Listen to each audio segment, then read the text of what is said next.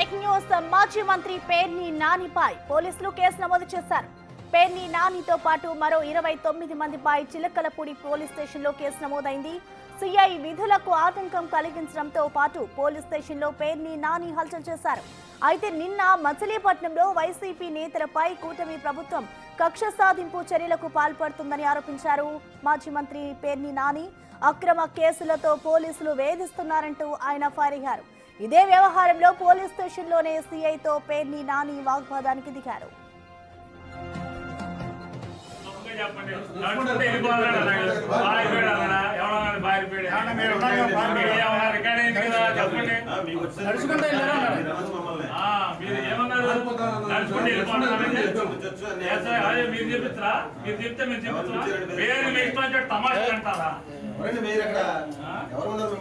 నదుల్లో చెప్పిన మాట ఎవరు తెలుసండి అనుకుని నవ్వుకున్నారు వాళ్ళు నవ్వుకున్నారు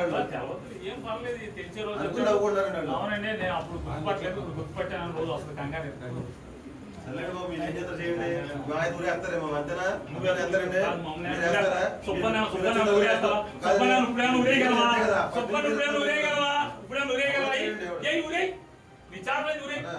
నువ్వేం చేయగలవు? ఏం ఉరేస్తావేంటి? ఏం చేయగలవంట? ఉరేయగలవా? వారం రోజులు సోమవారం దాకా జైల్లో పెడతావు. అంత మీరు చేసేది ఏమన్నా సబ్ జైల్లో పెట్టగలవు. అంత మీరు చేయగలిగేదా? ఉరేస్తారా? ఉరేసేస్తారా?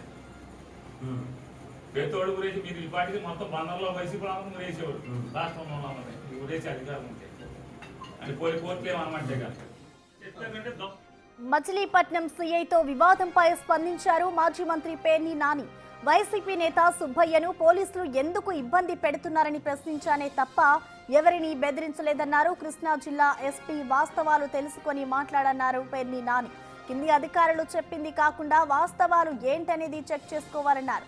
లేదు తప్పు చేసినట్లుగా అనిపిస్తే కేసు పెట్టుకుంటే పెట్టుకోవాలన్నారు పేర్ని నాని.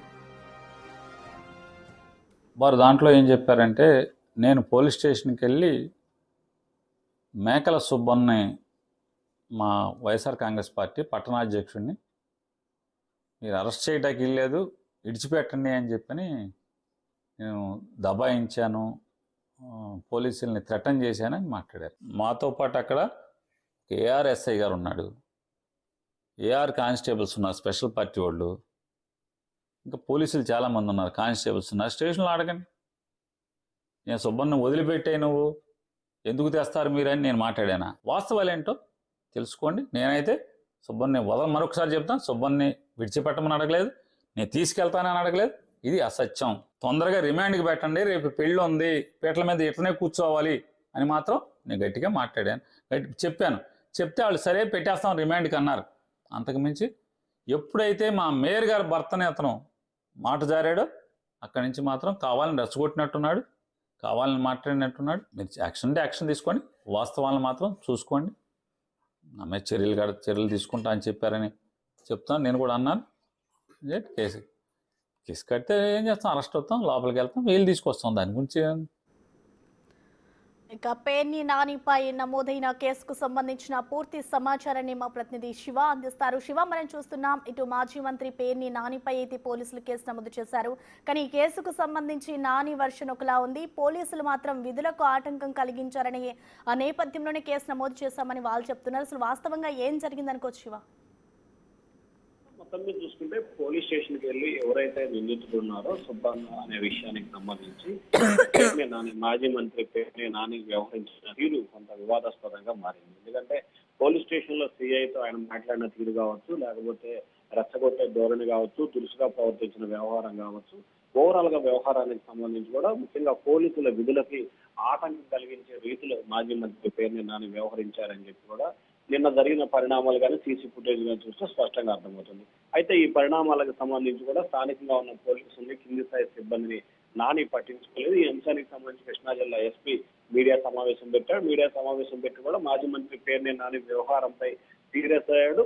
రాజకీయ నాయకులు ఈ రకంగా వ్యవహరించడం సరైన విధానం కాదు అని చెప్పి కూడా ఆయన మాట్లాడిన పరిస్థితి కనిపిస్తుంది. అంతేకాదు పేర్ని నాని ఈ అంశానికి సంబంధించి కూడా వ్యవహరించిన తీరు పట్ల కూడా కేసు నమోదు చేశారు.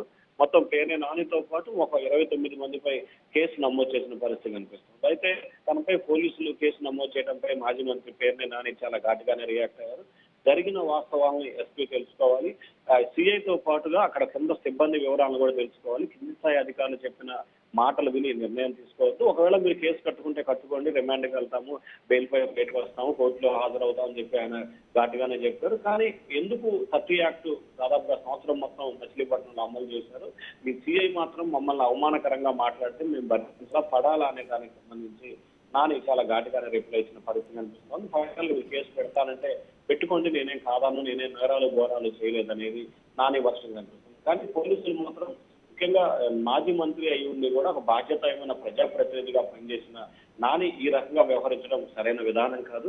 మచిలీపట్నం ఏదైతే ఆర్ఆర్పేట సిఐఏఎస్ఓపై ఆయన వ్యవహరించిన తీరు కూడా వివాదాస్పదంగా మారింది. విధులకు ఆటం కలిగించే వ్యవహరించలో పేరుని నాని హల్చల్ చేశారు కాబట్టి ఖచ్చితంగా అతనిపై చర్యలు తీసుకోవాలని చెప్పి మరొక వైపు పోలీసు సిబ్బంది డిమాండ్ చేస్తున్నారు. మొత్తం మీద చూసుకుంటే గతంలో మచిలీపట్నం మెడికల్ కాలేజీ వద్ద నిరసన సమయంలో జరిగిన పరిణామాలకు సంబంధించి దాదాపుగా 400 మందికి గత 4 రోజులుగా పోలీసులు నోటీసులు ఇస్తున్నారు.